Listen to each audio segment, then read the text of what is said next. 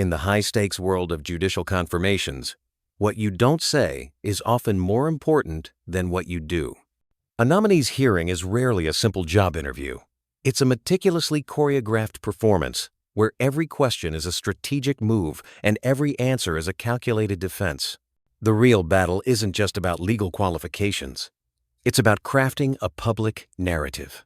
So, how does a senator attempt to define a nominee as an ideological activist, and how does the nominee fight back without saying anything at all? Let's look at the key exchange that reveals everything. Thank you, Mr. Chairman. Mr. Garcia, how old are you? Senator, I'm 36. Okay. And you're now at the Department of Justice. You were at O'Melveny and Myers. That's correct. You were a partner there? Yes, sir. How many partners are there at O'Melveny? Now, it's a great law firm. My guess would be between around 150. Yeah, okay. Given your age and your experience, are there any partners at O'Melveny and Myers that have more experience that you think would make a better addition to our courts of appeal? Are you the very best that O'Melveny has to offer? Senator, O'Melveny and Myers has many incredible attorneys. Agreed. And I would certainly hope to just be judged on my own record. I'm just comparing. Well, let's move on. I want to understand your record. You've done a lot of pro bono cases. The June Medical Services case, was that a pro bono case? Yes, Senator, I believe so. Okay, so that means you weren't paid. The firm wasn't paid. That's correct. You just chose to do it. The firm was not paid. As an attorney, I would have been compensated for my time. Yeah, but the firm wasn't paid. That's correct, So Senator. you didn't have to do it to eat. No. Okay. And in June Medical Services, that was a Louisiana case, you argued that a doctor should not have to have admitting privileges at a hospital in order to perform an abortion. You said that was unconstitutional. Is that my understanding correct? Senator, that case was unique because just 4 years earlier, the Supreme Court Yeah, had but is held my a very understanding similar. of that case right, Counselor? Yes, that's correct. Our clients argued that All right, law let me was ask you this. unconstitutional. The New York State Rifle and Pistol Association versus City of New York. You represented the City of New York. Was that a pro bono case?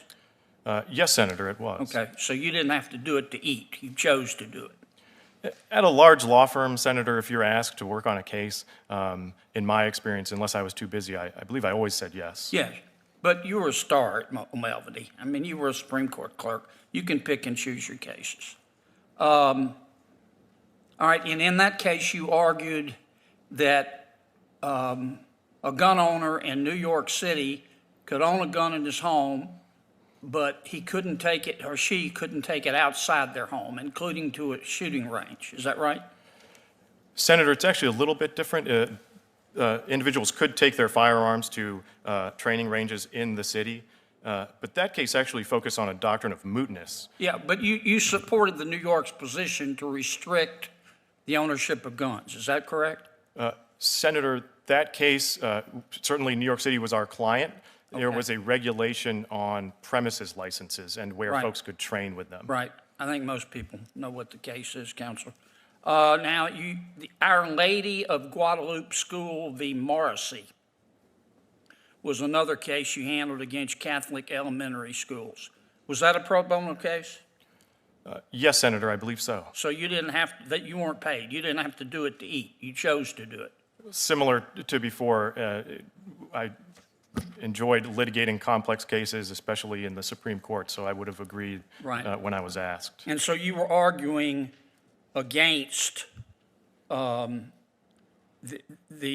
strike that. You were arguing against the Catholic elementary schools and against, at least from their point of view, their religious freedom. Is that correct?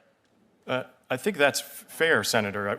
Our firm represented the plaintiffs in those cases. All right. I got 45 seconds left, Counselor, and I wanted to ask Judge Douglas a question, but I don't know if I'm going to have time. She says it's okay. We've had a circumstance in America where we have prosecutors who have chosen not to prosecute an entire line of cases, not to exercise prosecutorial discretion, but just to say, even though the legislature passed a statute saying, let's say, shoplifting of any amount but under $950 is a crime, certain prosecutors have said, I just don't believe that's right. I'm not going to prosecute those cases. And they have taken it on themselves. What is your opinion of that? Thank you, Senator. I think those types of decisions are very important for prosecutors to make carefully. And as you suggested— What's your opinion? Are they right or wrong? Well, Senator, as a judicial nominee, what I could commit is that if a case involving questions like that— What's your opinion? Are they right or wrong? Well, Senator, in the abstract, I think every executive branch, the president, has a constitutional duty to take care of the— Do you have an opinion, Counselor? As Senator, as a judicial nominee, it is absolutely an important issue. In fact, the Supreme Court— Have you thought about it? The Supreme Court just I'm running granted— out of time. Have you thought about it? I have actually not worked on a case So you have no relating to opinion that. about what's going on all across America in terms of prosecutors not prosecuting criminals? You're telling me that? A Supreme Court clerk for Justice Kagan, Senator, Margaret O'Melveny and Myers. You're telling me you haven't thought about that? Oh, that's not what I'm saying at all, Senator. Okay. What I'm saying Tell is— me your opinion. I hope you'll appreciate that the Code of Judicial You're not going to Conduct— give me your opinion, are you? Senator, This entire exchange is a masterclass in political strategy. The senator's goal is clear from the very beginning. He isn't truly asking if Mr. Garcia is the single best lawyer at his firm. He's planting a seed of doubt about his qualifications and framing him as just one of many options. The real attack, however, begins with the focus on pro bono cases. By repeatedly emphasizing that Mr. Garcia wasn't paid for these cases and chose to do it, the senator is building a specific narrative that these cases weren't just professional assignments, but deeply held personal crusades. Notice the cases he highlights: one involving abortion access, one on gun regulations, and another concerning the religious freedom of Catholic schools.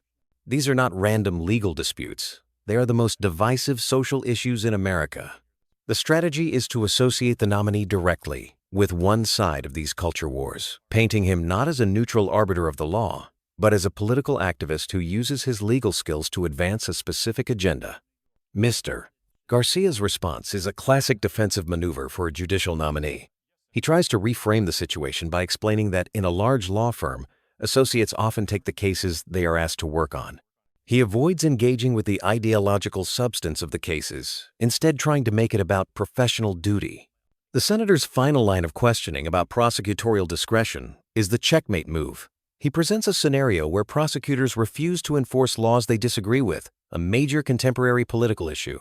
He then repeatedly demands Mr. Garcia's personal opinion. Mr. Garcia's refusal to answer is telling. He knows that giving any personal opinion, whether for or against the practice, will be used to label him as either a judicial activist or as someone who is out of touch. He is trapped, and his only safe harbor is to retreat behind the Code of Judicial Conduct, stating that he cannot comment on issues that may come before him. The senator knows this will be the answer, but the visual of the nominee refusing to answer a direct question leaves the intended impression on the audience that he is hiding his true, radical beliefs. This dynamic isn't just about one hearing. It reflects a fundamental shift in how we select judges. The process has become less of a vetting of legal acumen and more of a political battlefield. The goal is often not to understand a nominee's judicial philosophy, but to create sound bites and attack ads. This matters because it pressures nominees to have as little a public record as possible on controversial issues. Think of it like this. In most job interviews, having a wealth of experience is a good thing. But in a modern judicial confirmation, having a long record of writing or speaking on sensitive legal topics can be a liability, giving opponents ammunition to use against you. This can lead to the selection of stealth candidates whose views are largely unknown, which is not necessarily a good thing for transparency or the public's understanding of who is being appointed to a lifetime position of power. So, what are the key takeaways from all of this? First, confirmation hearings are a form of political theater where the primary goal is to craft a public narrative about the nominee. Second, a nominee's past work, especially pro bono cases on hot-button issues, is often used as a tool to portray them as an ideological activist rather than an impartial lawyer. And third, nominees are trained to evade direct questions about their personal beliefs on political issues, using procedural rules and judicial ethics as a shield, which questioners then use as evidence that the nominee is hiding something. Ultimately, this raises a critical question about the health of the judicial appointment process. Does this adversarial, politically charged approach help us identify the most qualified and impartial judges, or does it simply ensure that our courts become another front in the ongoing culture wars? What do you think? Let us know in the comments below. And if you found this analysis helpful, be sure to like, subscribe, and share this video.